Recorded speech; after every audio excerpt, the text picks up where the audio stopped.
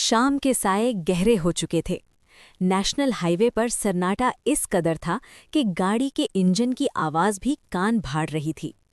सलमान, जो एक software engineer था, लाहौर से कराची की तरफ अपनी पुरानी कोरोला में तन्हा सफ़र कर रहा था।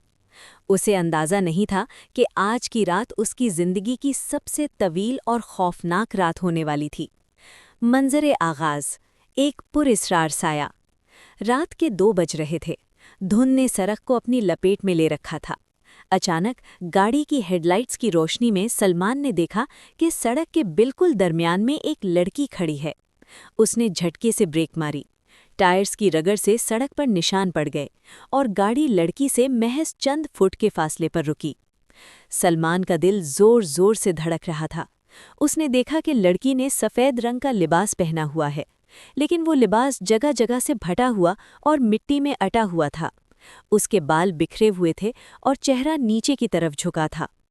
पागल हो गई हो, मर जाती अभी, सलमान ने खिड़की से सर निकालकर गुस्से में चिल्लाया। लड़की ने कोई जवाब नहीं दिया। वो खामोश खड़ी रही। सलमान ने गुस्से में गाड़ी से निकलने का फैसला किया।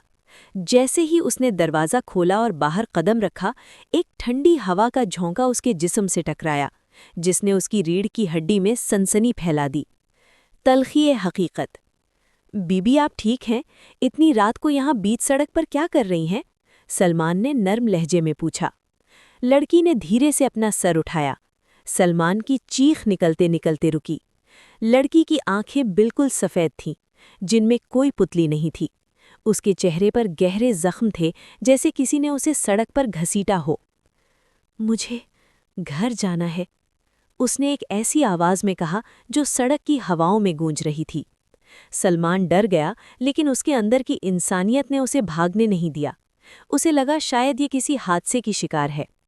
आप बैठिए, मैं आपको करीबी हॉस्पिटल या थाने छोड़ देता हूँ। लड़की खामोशी से पिछली सीट पर बैठ गई। सलमान ने गाड़ी स्टार्ट की, लेकिन उसे महसूस हुआ कि गाड़ी का अंदरूनी दर्जाए हरारत अचानक गिर गया है। ऐसा लग रहा था जैसे वो किसी बर्फ खाने में बैठा हो। सफ़र का खौफनाक मोड़। सलमान ने डर खत्म करने के लिए बातें शुरू की। आपका नाम क्या है? आपके साथ क्या हुआ था? पिछली सीट से कोई जवाब नहीं आया। सलमान ने रियर व्यू मिरर में देखा तो उसके होश उड़ गए।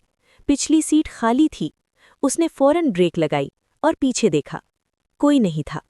शायद मेरा वहम है, उसने अपने आप को तसल्ली दी।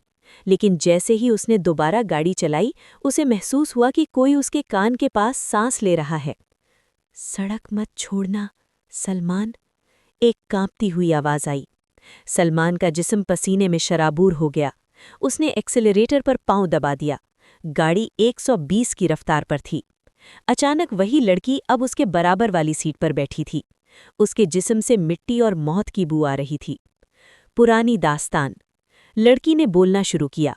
उसने बताया कि 5 साल पहले इसी सड़क पर उसकी गाड़ी का एक्सीडेंट हुआ था। वो अपने घरवालों के साथ जा रही थी। एक तेज़ रफ्तार ट्रक ने उनकी गाड़ी को टक्कर मारी और उन्हें खाई में फेंक दिया। उसके माँ बाप मौके पर मर गए, लेकिन वो जिंदा थी। वो घसीटते हुए सड़क तक आई थी ताकि कोई उसकी मदद करे, लेकिन हर गाड़ी वाला उसे भूत समझकर भाग जाता। आखिरकार खून बहने की वजह से वो वहीं मर गई। कोई नहीं रुका, सब डरकर भाग गए, लड़की ने रोते हुए कहा। उसके आंसू खून की सूरत में बह रहे थे। आखिरी मंजर। सलमान ने हिम्मत करके कहा, मैं तुम्हारी मदद करूंगा, बताओ मैं क्या करूं? लड़की ने सामने इशारा किया। वहां मेरी हड्डियां पड़ी हैं, उन्हें मिट्टी नसीब नहीं हुई। सलमान ने देखा कि सड़क के किनारे एक पुरानी खाई थी। उसने गाड़ी रोकी और नीचे उतरा। वहां वाकई एक पुरानी गाड़ी का ढांचा और कुछ इंसानी हड्डियां पड़ी थीं जो झाड़ियों में छुपी हुई थीं। सलमान ने वहीं मिट्टी खोदकर उन हड्डियों को दफन किया और उनके लिए दुआ की। जब वो वापस गाड़ी की तरफ पलटा तो धुंध खत्म हो चुकी थी। चांद की रोशनी साफ थी। वो लड़की अब सड़क के किनारे खड़ी थी। इस बार उसका चेहरा खौफनाक नहीं बल्कि पुरसुकून था। उसने सलमान की तरफ देखकर मुस्कुराया और हवा में तहलील हो गई। इख्तिताम। सलमान ने वो रात कभी नहीं भुलाई।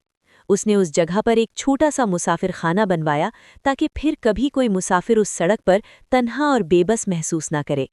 لوگ کہتے ہیں کہ آج بھی اس ہائی وے پر کبھی کبھی ایک سفید لباس والی لڑکی دکھتی ہے، لیکن اب وہ کسی کو ڈراتی نہیں بلکہ راستہ بھٹکے ہوئے مسافروں کو صحیح راستہ دکھاتی ہے۔